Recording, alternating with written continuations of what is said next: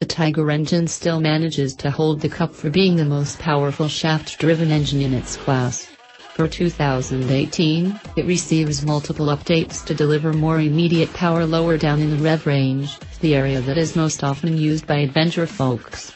This has been achieved by the development of more efficient engine components, for example smaller flywheel, lighter crankshaft, magnesium cam cover, that allows the engine to spin up faster for instant power delivery.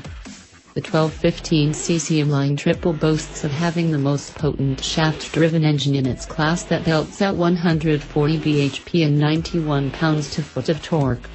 The XC6 gets torque assist hydraulic clutch, but the XC8 takes it up a notch with a new Triumph shift assist for smooth clutchless gear changes. It significantly reduces rider fatigue, especially over long distances and demanding terrains. The 2018 range of Triumph Tigers are some of the most versatile machines that gives you so much for the price you pay. While the Tiger XCX comes with a price tag of $19,550, the top of the range, and the most expensive of the Tiger series, the Tiger XCA will fetch for $21,750.